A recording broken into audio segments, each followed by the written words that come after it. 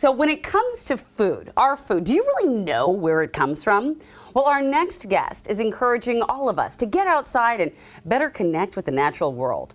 Ashley Rodriguez is a cookbook author who has cooked with us before, but today she's out with a brand new book called Rooted Kitchen, and she's here showing us how to cook with nettles. Stinging nettles, which, my gosh, it is an unfortunate name, but they really sting you, right? I mean, it's a warning. It's a warning, okay. When I was growing up, I didn't love this plant. I remember like piling up the leaves as you do, and when you're about to swing and jump into the leaves, and there was a pile of stinging nettles, and that is not a great memory that you don't ever forget. But then as I started to understand, get to know plants a little bit better, I fell in love with this plant. And I think it's a perfect sort of gateway into foraging. I think a lot of people can be really intimidated. Gateway foraging plant. Yes. I like it. It grows abundantly. It grows almost everywhere. And what I love about it is it likes to grow where we like to interact. And so along paths and open feet. It's easy to find too. It's super easy to find, really ezy to identify, and it is so good for you.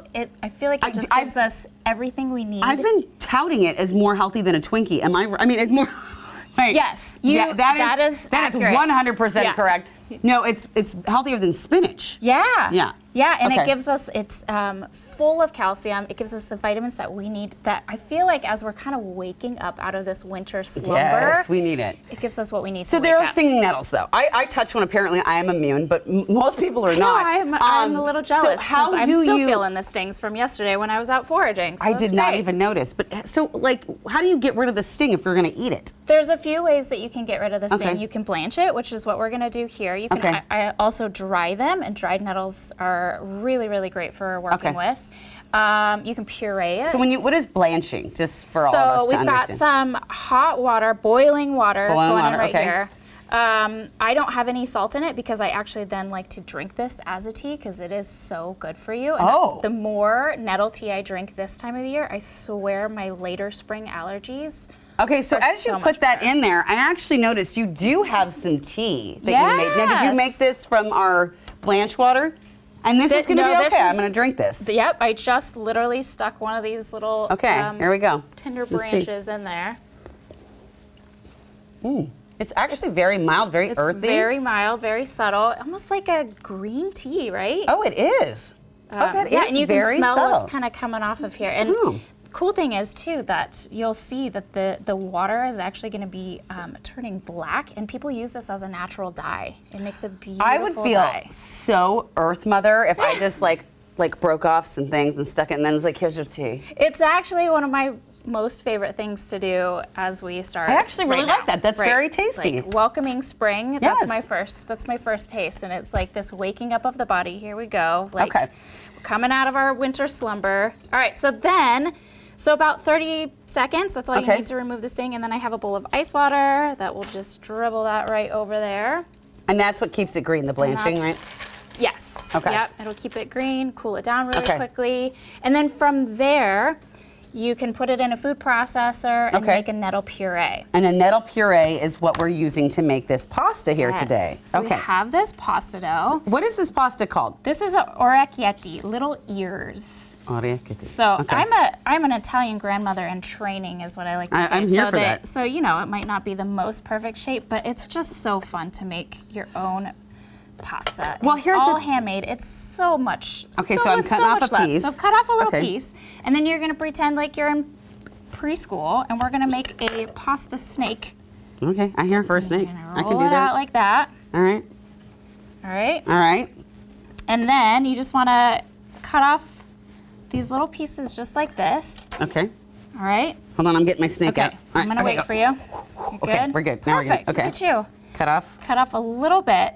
Okay. Smaller than that. There, that's perfect. Okay. And then you want to take your knife and you want to press down, pulling towards you. Press down, pulling towards you. All right. And is it going to roll? That is exactly right. And then you take it and you flip it over and you make that little ear shape just like that. And you see that texture on there? Oh my gosh. That's going to help that sauce stick to it. Oh, look at that. Yep. I could do it. I'm an Italian grandmother in training. I've been that way for a long time. This is really easy and actually quite fun. And honestly, I think making pasta is very intimidating for a lot of folks, myself included, because, you know, it's like you need the pasta maker, you need all the things. This, you need nothing but your, whoops, that one's on the floor. You need nothing but your, you know, preschool skills of making snakes and a knife. Exactly. And it, you know, it does take a good bit of time, but it's fun to invite friends into the kitchen and it makes quick work of it. Yeah. And this is just semolina flour, the nettle puree, and water. I need to get the thing I dropped. Okay, so I want to ask, this is one thing that you have here. This is perfect for St. Patty's Day. This is so nice and green. How do we, you know, what do you pair this with?